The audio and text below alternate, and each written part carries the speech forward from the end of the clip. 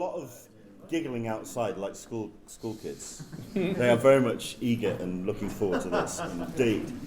Hi there, my name is Leonard Sultana. I run a website called An Englishman in San Diego and the Convention Collective, which is basically all about Comic-Cons, comics, and the stuff and nonsense we enjoy at events like this. The site has allowed me the opportunity to speak to some very cool and very interesting people, including this gentleman to my right. Ladies and gentlemen, can you please make some noise and welcome Mr. Chip Kidd.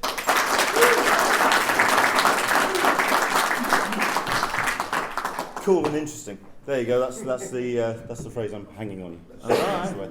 I know we had the talk with you earlier on in the weekend, which was more about process, and it was well, I want to go a little bit more into a biographical thing and talk about your history, about your development of your process and your own take on modern design as well of comics. Okay. And also I want to make this very much an open forum as well. So if you do have any questions, by all means, throw a paper darts, attract my attention, and we'll 10 points for the eye, and it's 5 points for everything else.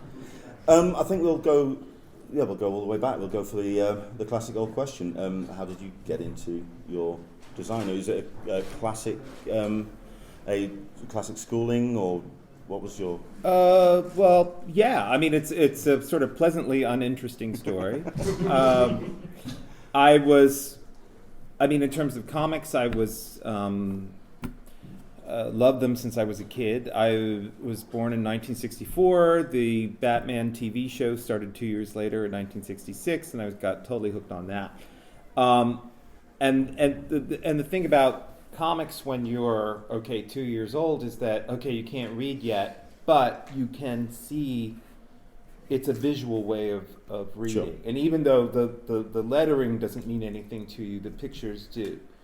And that kind of got me sort of hooked into it. And but the thing was, growing up, I was drawing all the time, but I wasn't drawing very well. And I actually came to sort of thoroughly understand that.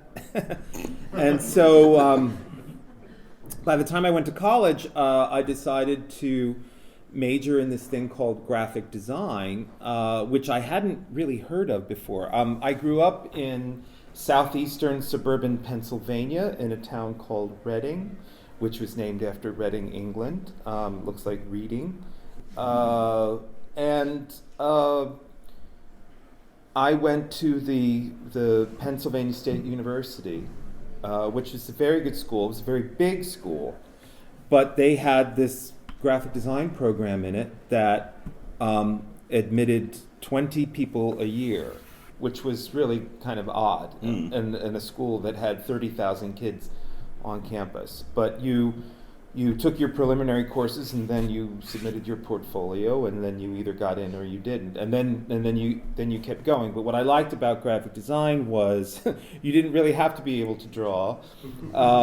You just had to be able to come up with ideas about how words and pictures work together to solve a problem, and that's interesting, because I was going to say tell a narrative, but you say solve a problem. It was yes. And one of the complaints I was getting after like a year from my instructors is like, everything that you do looks like a comic book, and there's no future in that, and you really need to be more serious. And I think in some ways I understand that, because there, as a teacher, it's like, okay, there were very basic problems that we would get to solve in graphic design school, as in create a poster that either gets me to start doing something or stop doing something.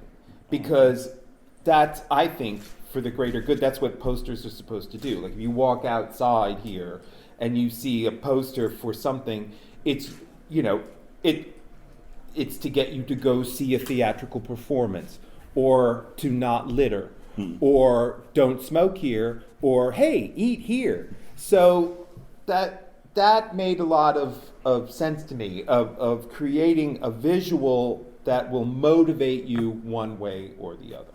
Okay. Was there any names, any touchstones that kind of where it fired off that light bulb inside your head where you went, okay, this is someone, there's a voice here, there's somebody here that has done this and created a visual style and language for this design? Was there any names that kind of like first jumped out? Well, oh my God, there were very, very, very many. But I think what, here we are at a comic book festival. I was studying graphic design, and they're kind of two separate worlds. So the names of the people who were still practicing at the time, and some of them still are now, were people like Milton Glaser, Seymour Quast. Milton Glaser did many things, but did I Heart New York, right? And that, which has just been completely ripped off globally, and and I interviewed him about that for a magazine called The Believer, and that he created that for free for the tourism board of New York State in the late 1970s because New York was really, really in trouble at that time. The city itself was filthy and run down, and they had to jumpstart a program to get people to come. And I remember being a kid in like 9th grade and seeing, "I love New York," these commercials on TV and the I Heart New York graphic.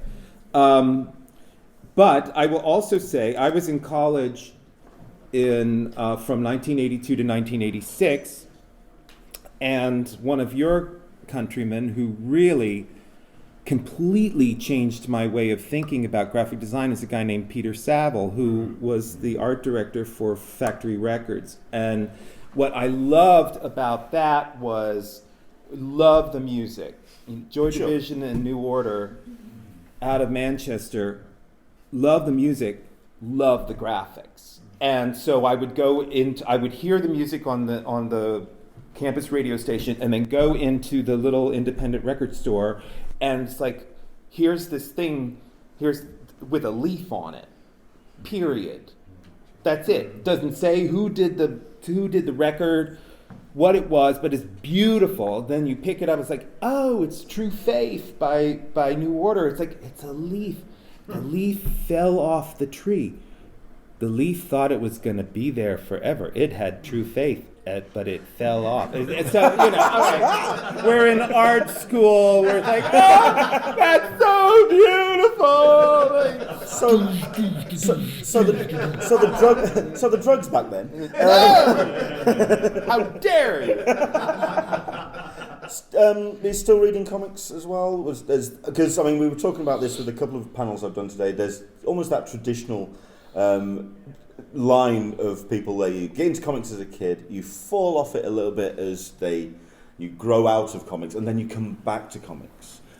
Was your kind of journey as well, or were you always still sort of? But I straddled for quite some time. I professionally, I consider, and as a fan, I consider myself a kind of ambassador between like the mainstream stuff and the indie stuff. Okay. So when I was in college, I started reading an independent anthology tabloid called Raw, which turned out was edited by a guy named Art Spiegelman and his wife Francoise Mouly, and they were serializing a story called Mouse by Mr. Spiegelman, which was an allegory of the Holocaust, in which the Jews were mice and the Nazis were cats. Mm-hmm. What it really was a memoir of his father's time surviving a concentration camp. So that was a kind of awakening for me in college in terms of comics, but at the same time, Frank Miller was doing Daredevil with David Mazzucchelli, which I was equally affected by. And I'm, a good story is a good story. Well told, well drawn. Mm-hmm. It can be Daredevil, or it can be the Jews as mice being persecuted in Nazi Germany. So that was a great education for me, and I'm not answering your question in any way. But yes, But nicely danced around. But I think at the risk of a blanket statement, good comics are good comics, Mm-hmm. and I think whether that's Superman by Grant Morrison and Frank Quitely, or Jimmy Corrigan by Chris Ware, to me, they're all on the same level, and I do try to keep up with what's going on, whether it's in the mainstream comics world, and then I publish indie comics. I publish Chris Ware, and got a big new book coming out this fall called Rusty Brown, which is amazing. So yeah, I mean, I do try to keep on top of what's going on. I published a big book of Marvel Comics art by Alex Ross last fall called Marvelocity, which my heart and soul was completely in, and it was a companion volume to a book called Mythology that we had done before that, 13 years before that, of his DC Comics stuff, and he's incredibly talented, and yeah, I do try to stay aware of what's going on, regardless of who's publishing. Back then was because we were talking about influences in graphic design, which comics were attracting your attention in terms of design? Graphic design. Well, these are cliche answers, but it's true. The Watchmen design was truly revolutionary, both in terms of what I call separation of type and state. So you had your typography living where it was living, and it was on its side. It's like, because I find it interesting with that one that it was actually the graphic design of that book was done by its own artist. It wasn't done by anyone in studio or in publisher. Yeah, it was actually done by Dave Gibbons. Yeah. So it ties it all together. It ties it all together, and it's very smart, and it holds up. But the real revelation of that design was that the cover was panel 1.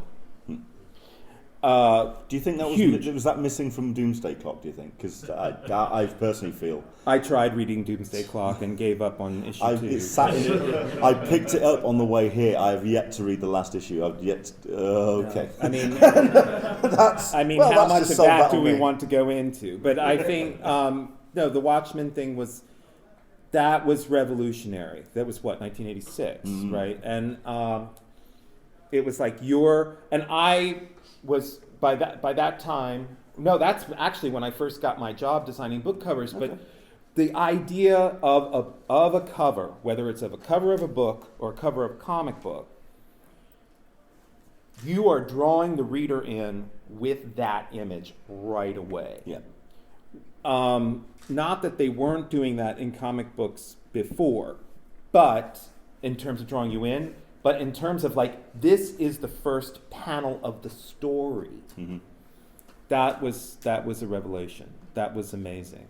And then the other was the Dark Knight Returns covers. Because I was hugely anticipating, as a fan, that series. Sure. But back then, we still had no idea what the first cover of the first issue was going to look like.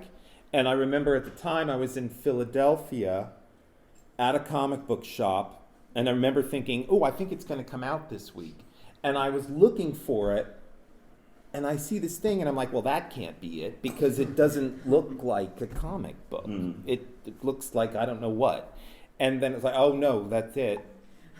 That's it. And I think also with Dark Knight, I think the fact that it was part of the continuing run of the book. I'm thinking of year 1 now, aren't I? Sorry, I've completely messed that up. But that wasn't either. But yeah. Well, it's part of the continuing Batman 444. To see a comic, then kind of like you say. And you feel there's a seismic shift in what is being done with the design of a book to grab your attention, and with Dark Knight, Yeah, That because they were the typography was just typography. Sure. It wasn't trying to be stylized in any way. It was like unstylized. Okay. I hate to throw anyone under a bus, and you don't have to mention any names, but has there been any moments in comics where you've just felt that design has failed? I mean, in terms of... No, just... How much time do you have? Okay, right. Here I mean, off we go! Yeah, Off we no, go. I mean, it's not worth... It's not worth... No, no, it's... You seriously, you'd have to say, okay, give me a specific example. Is this working or not? Right. You know, it's... But I think whenever DC has hired me to... Like way back when, like in 2000, 20 years ago, they hired me to redo what we call the trade dress for all the Batman titles. And I went to this concept of like, well, it's really just typesetting and it's bold and striking, but it's just going to live up here and then the image is going to take over. As we would say, the image literally is the hero. Like that and that lasted for maybe 2 years, and then they're evolving all the time. But I wasn't and I did this sort of like bat logo thing that I thought it was like the top half of the mask, like that kind of lives by itself. That's this sort of like symbol. You want to put it on a T-shirt or make an enamel pin or give me residuals. That's fine. But I and going way back to like Action Comics #1 and Detective Comics #1, those are stylized logos, but they were separated. They were separated from the art, and that was the main thing that I thought was important. That was actually going to lead on to my next question with the creating of a brand for a character, creating a stylized logo, and having something sit at the top third or wherever it's going to sit, and creating a uniformity for that particular title. But then the covers that have the most longevity and the ones that grab people's attention is when the artist plays with that logo and plays with design and moves the logo around. Which do you prefer the uniformity, or do you prefer somewhere where the artist really gets in and starts dicking around? Again, I mean, you'd have to look at individual examples. Yeah. But what always fascinated me as a kid is that, and forward as a designer, the Superman logo is the Superman logo. Yeah. Like there are variations of it through the years, but basically it's the same. It's that woo, and there's a three-dimensionality to it. Whereas Batman has had 42 logos, and some of them are really cool, and some of them are not. Do you have a preference? Because the next question was, do you have a favorite DC bullet? DC bullet. The actual DC logo. Do you have a favorite? Well, I guess because Milton Glaser metal one. I quite liked it. I'm one of the few that actually do. Wait, see, I know. No, wait, the where the sea is peeling back. I actually sort of like that too. Yes. And it was created by this outfit in California called Landor Associates, which is the most corporate, godless, soulless, horrible. Let me just put that over. Yeah. Landor. Freelance hire me, Landor. But I sort of liked it too, but I'm sentimental about it because when I published a Batman graphic novel called Death by Design, they had just adopted that, and that's the one that's on it. So it's like, but there's a concept there, and it's not bad looking, and it's, it's sequential, and the C's peeling off of the D, and it's like we're going from one page to the other. It's like, it's pretty good. I mean, it's hard to kind of argue with that. Sentimentally, speaking of Milton Glaser, did we realize that he did the classic one with the 4 stars? So same guy. Yeah, and I personally know the woman who designed the one that they're using now, okay. Emily from Pentagram. God, I think it's We good. will edit that in. Yeah, it's good. Like there was a conscious decision about everything that she did to make that. Okay. I think it's good. Right, I do want to open up to questions as well, because there's something I'm going to frame the conversation with in a second, but if there's anyone who wants to jump in with any questions, go for it, Mr. Meadows. Hello. You talked about the Batman graphic novel you mentioned before, the one drawn by Dave Taylor, and I was wondering, I know you've written other comic projects, but what was the genesis of that, and the genesis of it was I was asked to interview, there's this thing in New York called the 92nd Street Y, which is this fantastic cultural arts forum, which everybody has been, it's very, very well respected. It has nothing to do with comics, but they asked me to interview Neil Gaiman on stage for like the 25th anniversary of Sin, which was really fun, and it's on YouTube if you want to watch it. But we spent half the time geeking out about Batman on stage with thousands of people. And afterwards, we went backstage, and Dan DiDio, the head of DC, says to me, "Hey, I didn't know you were such a Batman fan." That was like, pitch perfect. Duh. Duh. I'm like, well, yeah, I sort of am. He's like, yeah, you should do a Batman story for us. I'm like, don't say that unless you really mean it, unless you really want me to do it. He's like, yeah, just follow up, give us a pitch. And it was interesting because as a lifelong fan, I also had no great aching Batman story that I was dying to tell. So now, all of a sudden, now I have the opportunity to do that. It's like, okay, so come up with something. Yeah. And so I don't know. I approached it as a designer. No one, to my knowledge, had written a Batman story that was called Death by Design. So it's like, okay, that seems to apply to what I do, and people will think I'll be able to pull that off. And then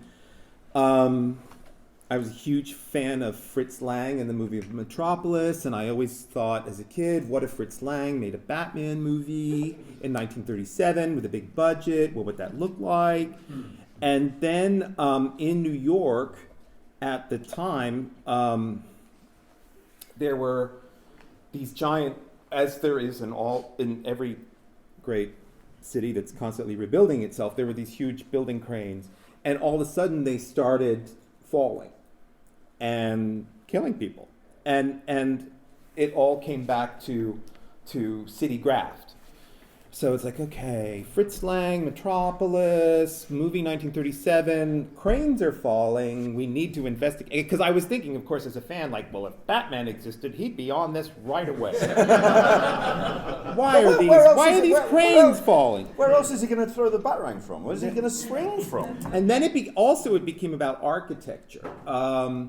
And as a person who's lived in New York for 30 years and having to go in and out of Penn Station all the time, it's so infuriating. Penn Station is the single busiest transit hub in the world. And it's the shittiest piece of crap that you've ever had to experience in your entire life. And it was glorious. It was this beautiful, giant, lovely, incredible McKean, the architects, I can't remember, the famous ones. And it was like 1908. And they leveled it all in 1962 while nobody was paying attention to build the horrible Madison Square Garden, and Penn Station is in the basement. So you're like in a basement waiting for your train, and with fluorescent lighting, and the ceiling's about that high. And almost as a joke, they have photos of the old Penn Station all around. Like that, yeah, that could have been you if you were, back in the 50s. But no, you're here now. So it was also about architecture and about how if you don't have a landmarks commission, and because none of this sounds like a Batman story at all, but the concept was, okay, like it's 1937, and Bruce Wayne's father had built this beautiful station, but now it's falling apart and they want to level it. And one of the things when Penn Station was originally demolished that did create the Landmarks Commission, and the next thing they were going to go after was Grand Central Station in New York.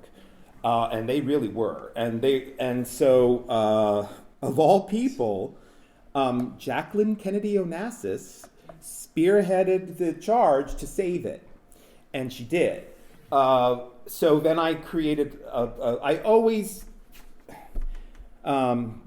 wanted to create a female, not protagonist, but like somebody that can, stand up to Bruce Wayne, and so she's trying to save this station, this woman I created, Cindy Asil, and it just went on from there. But Dave Taylor had drawn, he's a wonderful artist from Liverpool, and he had drawn a Robin origin that was written, I believe, by Denny O'Neil. It was a reimagining of it, which is just brilliant, beautiful, and it's like 10 pages. And I said to my editor at the time, Mark Chiarello, can we get this guy? And because we were talking, this would be like a 2 to 3 year commitment on this book. We're not talking the monthly comic, and he agreed to do it. So cool. You had a question from yourself, I believe. Was it? I was going to ask, when you're picking jobs, presumably you're in a situation where you're a bit of luxury that you get offered jobs rather than kind of chasing commissions and things. Yeah. What's your criteria for taking a job? What does it take to interest you? This is going to sound very Pollyanna, but if it's something that I love and something that I want to devote time to, I do have that luxury. My day job, as it were, is at Penguin Random House in New York. I will have been there 33 years in October, and I started a comics publishing program there for Pantheon. We're doing the Chris Ware book in the fall. We did Alex Ross and Marvel last fall. Stunning books.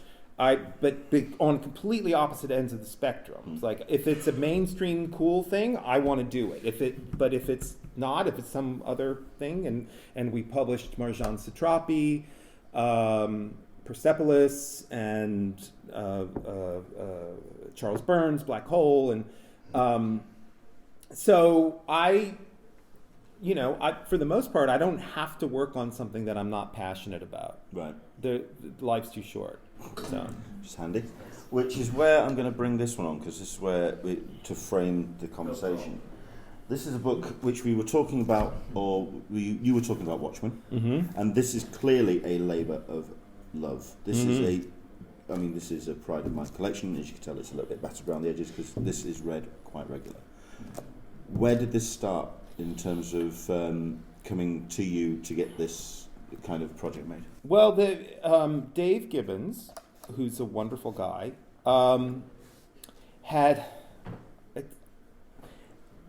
he had every piece of art that he used to create that except the original art, which I guess you have to be a comics geek to understand that, but a couple of people are nodding. So in other words, you were pretty much selling them the moment they were done, wasn't it? Yeah, and I get that. I can't imagine what that's like. It's like selling your kids, but the pages, which I think we sold them all to Comic One Shot. Yeah, you did. Really? Yeah, it was one guy. A special prize for it. It was one guy. Well, then you know more than I do, because the owe it to the one.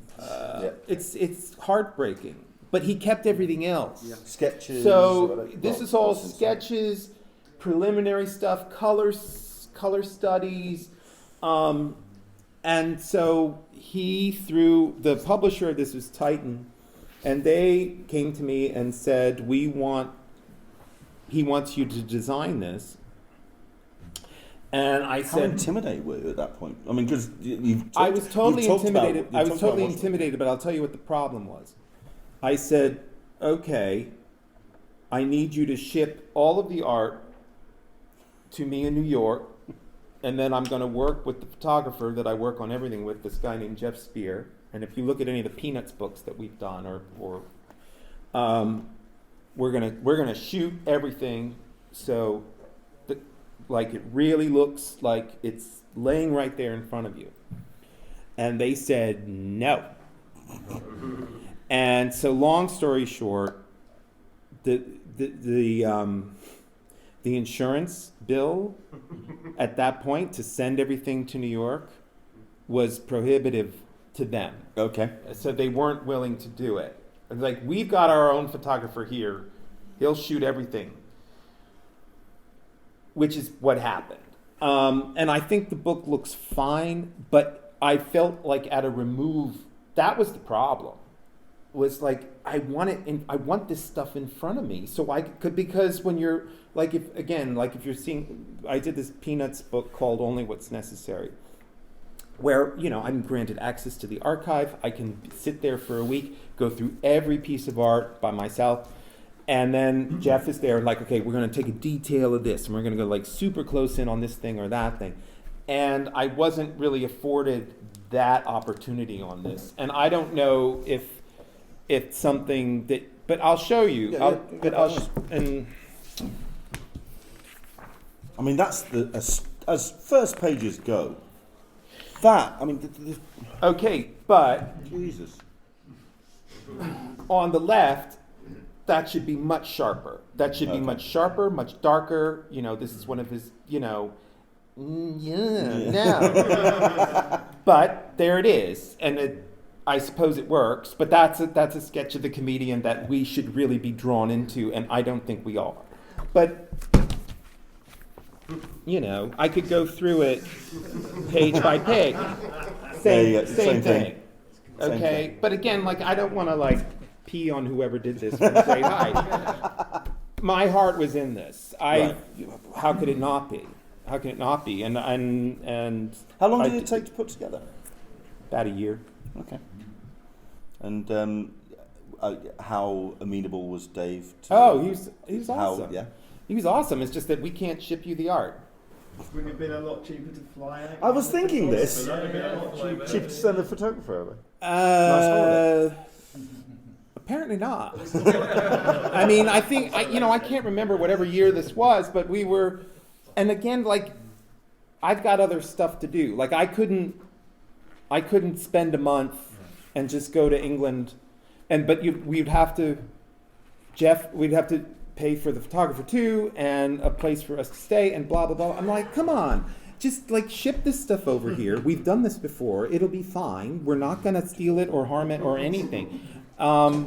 So anyway, I'm very proud of it. I think it's a terrific account of, and I learned so much. I mean, I was a fan. Yeah. But what was the biggest surprise? What was the biggest surprise, and you'll all kind of roll your eyes, I'm sure. But this kills me. Like, I can't look at that. It's the sketch of it's so weak, but it's such a great image. But that drip shape, that is so preordained and specific. There's a couple of pages where they talk about the so the drip, right, which we see on the front. Well, and you see it right away. It keeps popping up throughout the series in ways that I had not realized. Like when the bomb goes off at the end, or when the people are embracing. Yeah. I think that's the great thing about this book is that it does go. It's not scattershot. It's chapter by chapter by chapter. Yeah, it's chapter by chapter. That narrative line throughout the book is. I'm sorry, I'm looking for this example, but it's as a motif, it appears again and again, and I had not. Just passed it there. I think it was there. I hadn't. Tell what I'll look you.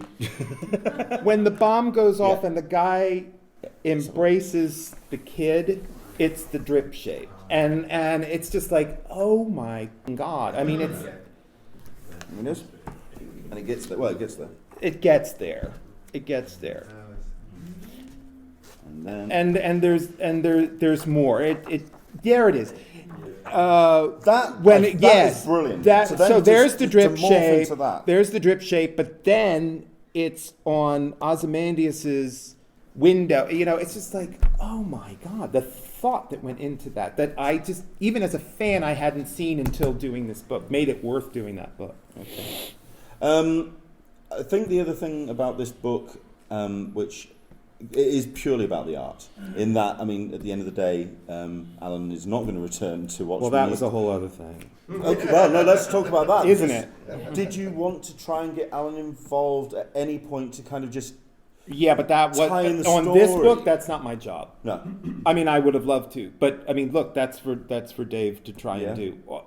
As far as I understand it, what Dave could do was get Alan's blessing on this to run, because there's all kinds of, you know, Alan's notes about do this, do that, that's and what I mean. and he did, and he basically said, "Go ahead, but I'm not. Don't put my name on this on the front."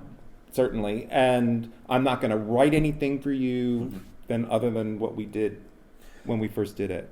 It's just so strange and sad. I mean, we talk about Watchmen as a book, as a comic, as a landmark of design of itself, with Dave very much being an architect of this. Like I say, the design structure of the book, in the 9-panel grids, all of that. What was the conversations between you and Dave when you were putting this together? I mean, was there any input from Dave when you were kind of designing this? What was? I think I was almost storyboarding the whole thing out and then saying, "What do you think?" I mean, we thought we should go, you know, issue by issue. I mean, starting with the initial concept for it and what have you, and. But things like DC wouldn't let us. We had a whole page on the original Charlton characters that they were all based on, and they wouldn't let us run it. And it's like, oh, come on, like, nah. But you know, but you can't. Yeah. You can't fight that. Fair enough. Battle. Right, we'll continue with any other questions. We have. Well, I guess it's a dumb one, and maybe it shows I No. don't know. I don't know the fact, but you're saying all of the characters in this did originate in kind of like 1940s superhero. Yeah. Well, 60s. Carlton. It's Carlton characters. So I mean, the So what what? do we know about them then? Well, No, the one that fandom is most familiar with is The Question. I was going to go Captain Atom. Actually. The Question is Yeah. Rorschach. But there were the other ones that I didn't really know. I mean, they're very obscure, mostly very obscure I see. characters. So it wasn't literally taken; they were kind of. No. Do you No, mind? Yeah. I mean, the idea was that they had gotten the licenses to these characters, and they wanted to. Alan had come to DC with the idea of using them as the jumping-off point of a re-examination of what a superhero is, putting them into the real world. At which point, DC looked at what he was intending to do with them, and said, "Well, no, that's not going to happen." So they basically just transposed and kind of created doppelgangers of. So I mean, yeah, that you went with Rorschach. For myself, it was Captain Atom, which they then transposed into Dr. Manhattan.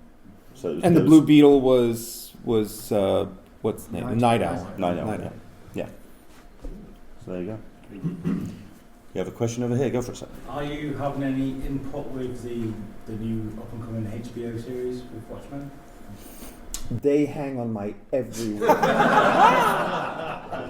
I can't utter a sentence without. No, absolutely not. No. I mean, really, my involvement is strictly this book. Oh wait, no, that's not true. I did design when they did the After Watchmen series. I designed all those. Before covers. Watchmen? Before Watchmen. I designed all those covers. But again, that was I didn't know. That was they designed themselves. I've been like, why are you even hiring me? Doesn't make any sense. But I did think dearly departed Darwin Cook did a terrific job with that. It was a thankless task, but I think what he did do was terrific. I think with those books, I mean, they were given quite a kicking when they came out, but I think the further we get away from it, from that release date, and looking back at those books, we appreciate them more, I think. But you're right, it was such a tough task to actually say, okay, you're going to write a Watchmen book, or you're going to draw a Watchmen book, and draw it. Yeah, shit. So, yeah. Actually, I do have another question. Go for it. How much do you think the loss of Mark Chiarello from DC will have a negative impact on DC as a company? I will be perfectly honest and say I learned of this about 3 hours ago. Oh, wow. That's how out of the loop I am. I think it's awful, but that's my initial reaction. I was shocked. I did not know. I would have. I mean, and I look at Newsarama every day like everybody else. If it was reported there, I didn't see it. It was mentioned they weren't allowed to comment, but people that were let go from the company, there's still a I'm sure. NDA that I'm sure he had to sign all sorts of things, but I think it, as a concept, I think it's terrible. I think it's awful. Any question at the back, sir? Yeah, do you have a particular creative process when you come up with an initial concept for a piece of design? I mean, is there a particular process that you go through each time you come up with that initial concept? The only answer to that is that every problem is unique, and you have to, regardless of what it is, and you have to address what the issues with any specific problem are, and then work from there. One of the things that they tried to imprint on our minds in school was that the solution lies within defining the problem, which I know sounds very sort of, I don't know what, but Buddhist or I don't know. But I think it's true. Where do you feel comic book design is at the moment in terms of when you do go into a comic book shop and you look at the racks now? Do you see a kind of uniformity that's flattening? I would say the opposite. I'd say it's absolutely all over the place, and I think that's good. Right. I think that's good. I do think that. Is there any company that's you sort of think standing out like at the moment? everything's been done. Like everything's been done, and then I don't know. Sometimes they surprise you, but is there any companies out there that are doing exciting design work that you're really excited about? I mean, I have yet to see Scratch and Sniff, but I think that would be the next. That would be the next way to go. Yeah. I personally. And there was that period not that long ago with the whole lenticular covers thing, which, there you go.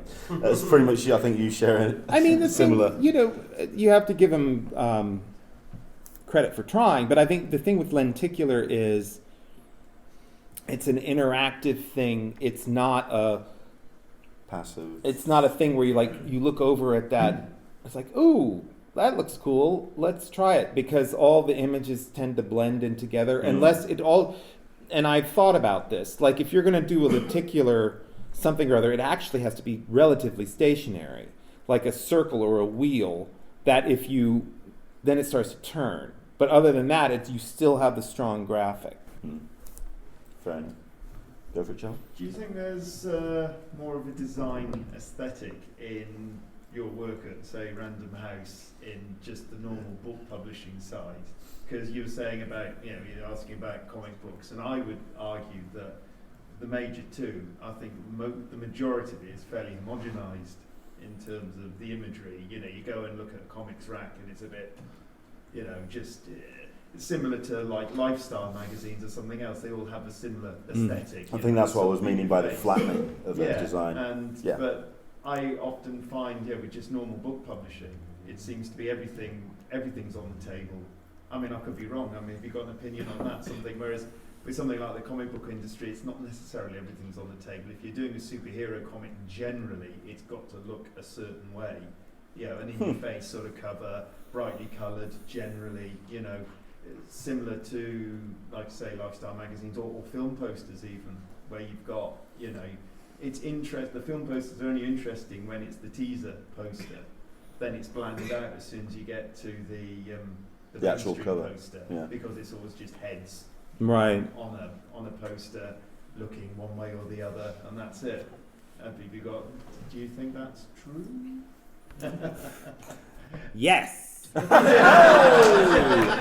It sure is. Yeah, all right. I mean, That was the best. Can I just say that was the best Brian Azarillo impression I've ever seen. Yes. and having never met him, I'll take your word on it. I think what's been interesting, I guess, is the proliferation. It can only be said of quote variant covers, and so that seems to be where they take their chances because. And I've designed a bunch of variant covers now, and the brief becomes, like, go for it, have fun.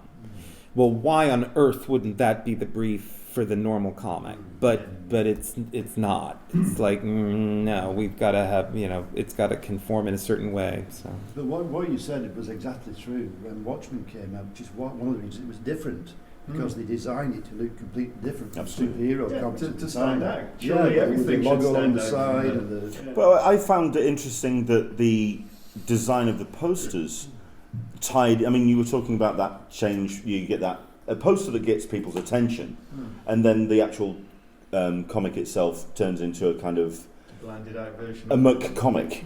Okay, that was really harsh. Jesus. But with Watchmen, it did continue from that initial hit, that initial pitch when you came to the comic, and I found just that through line, that design aesthetic that just was locked and worked. I think was For everything. For everything.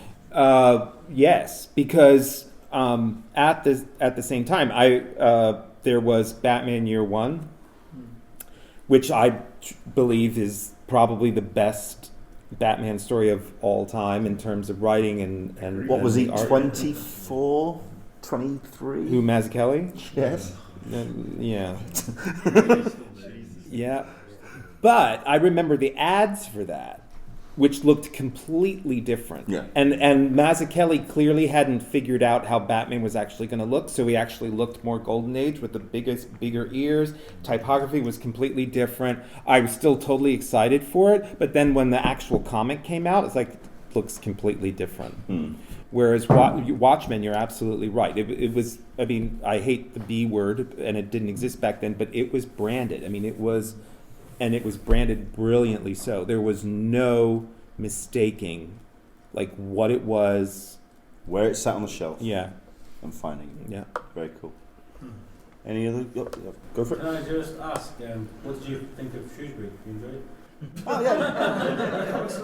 That's You mean as a usually the town? first question of a panel host.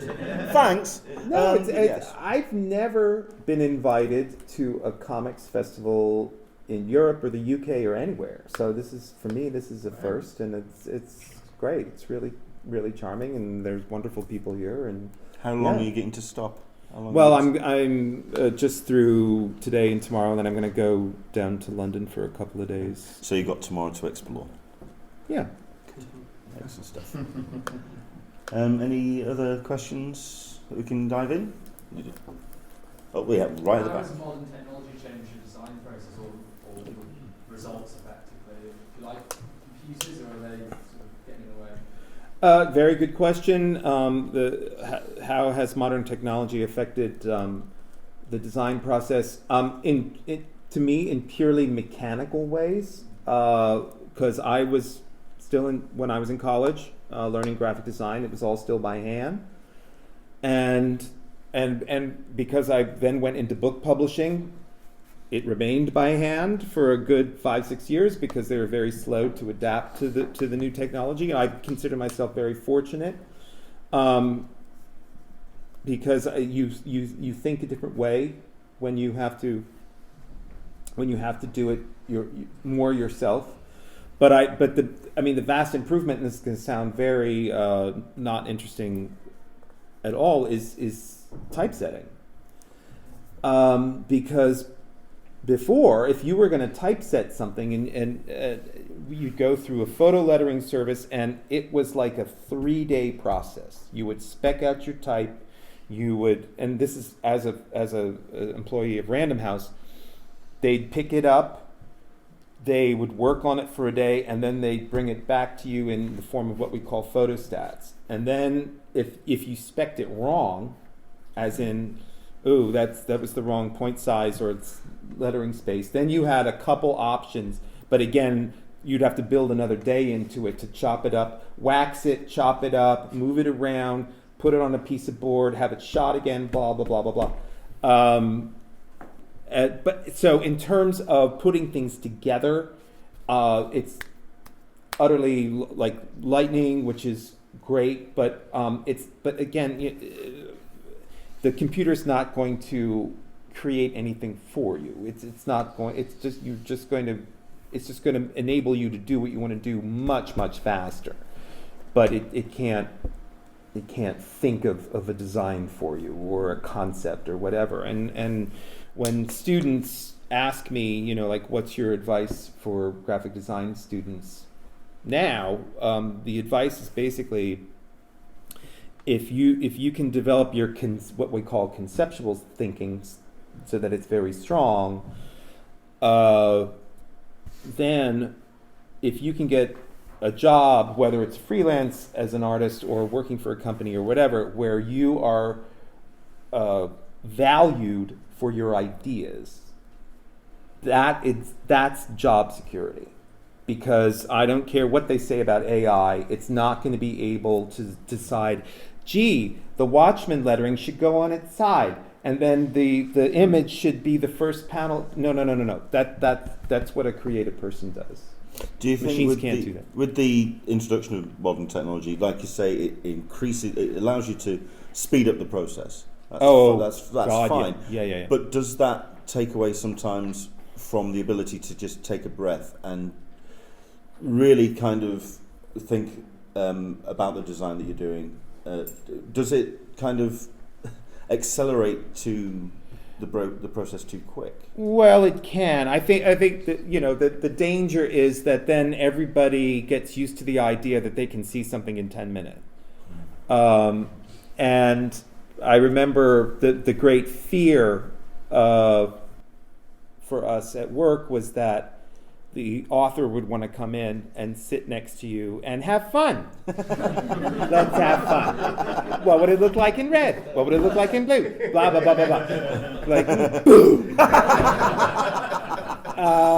So, and every now and then that would happen. But for the most part, it doesn't. I think it all depends on what your deadlines are. Okay. And so in book publishing, our deadlines are still reasonable. So if I'm stuck, if I have design block or whatever you want to call it, I can just let something be for a day or 2 days or a week, if I have that luxury, and work on something else. And I do believe your subconscious is working on it in the meantime. It's actually a question I like to ask. I'll get to the question very quickly. I like to ask this of artists, and especially comic artists, in the idea of a 9-to-5 regimen, the ability to kind of like, okay, this is work time. Do you have that, or is it a case of you can work at any point, day and night, and just? I'm more of the day and night. Just any time. The muse takes you. Yes, but I have an office that I go to, but there's nobody cracking the whip in terms of like you have to be there from 9 to 5. Okay. It's more about you need to get your work done when it needs to be done, and it needs to be terrific. So no pressure. Yeah, but that's okay. I mean, yeah, fair enough. I like it that way. Cool. We'll go. Oh wow. Okay, the hands are going up left, right, and centre. Go for it. No. Yes, we'll start. We'll go from left to right. Have you done much design work outside of publishing, like product design or signage and that kind of thing? And if not, is there anything that you'd like to try and have a go at? I've done some movie poster work, some recording industry work. I designed a watch for Swatch, but most of it's book covers, and most of the time, if I'm doing a freelance job for, say, like the movie industry, it just makes me appreciate what I actually do because they're crazy. Yeah, crazy, and it's just like it pays really well, rarely sees the light of day in any way that you would want. But your name's not going on it, so that's all right. And sometimes things turn out good, but I don't know. I've written. I also am a writer, and I've written several novels, and it would be great to see them, come to life on screen. And people have talked about that and blah blah blah. But we'll see. Okay, we'll do a couple of questions, and then we will wrap things up. I think we had this gentleman here. Go for it. Yeah, you mentioned Peter Saville earlier. I mean, how significant do you think he's been in terms of the influence on current graphic design? You know what? I wouldn't be able to say. I have no idea. And it's not like I've even been able to keep up with what he's doing now. I don't know. I just know. I don't know. You'd have to ask a 21-year-old, And it's when I say that name, whether it's in the States or wherever, people either know exactly who I'm talking about or have no idea. But I'm sure I'm the same way, Yes, go for it, sir. Do you find the graphics industry is still doing well, or is the internet cheapening the imagery now? Do you think your industry is going to continue to do well, or is everyone expecting your kind of work to be cheaper and cheaper because the internet gives you people access to just design it themselves or get someone else to do it cheaper, basically? It's a very nice positive question. It's a very, very, very good question. I'm not quite sure how to answer it. I think it depends on the client and what they value, and if they understand. And again, these are very broad terms. If they understand good design and they want good design, then they're not going to go to the local copy shop and say, I need a business card. But if people want to do that, then do it. I think there's examples of graphic design everywhere in this room. Some of which are artful, others of which are just totally utilitarian. How do I get out of here? Yeah. There. Fine. So I thought you were pointing at Thor then. So it's, that's kind of, I think, the great thing of graphic design. It spans so many different kinds of visual information, whether it's purely utilitarian to something that hopefully is artful but is still graphic design, i.e. a combination of words and pictures that are trying to inspire a new idea in your head about something. But it's a very good question, because I think some kid will have 10 typefaces on their phone let's do Arial. And but it's but Arial's really ugly. Did you ever consider the thousands of other typefaces and what they mean and where they came from and how to value them? And I still think that's one thing that school is valuable for, is to teach you about this stuff. And I think learning about the history of graphic design is very, very important. I think the one last question I wanted to ask is. Just to finish up on, what do you think of when I say the words Comic Sans? God. Yes. And that's where we'll finish. Ladies and gents, it's been fascinating to talk to the man, and it's been a pleasure. Ladies and gentlemen, will you put your hands together for Mr. Chip? Thank you.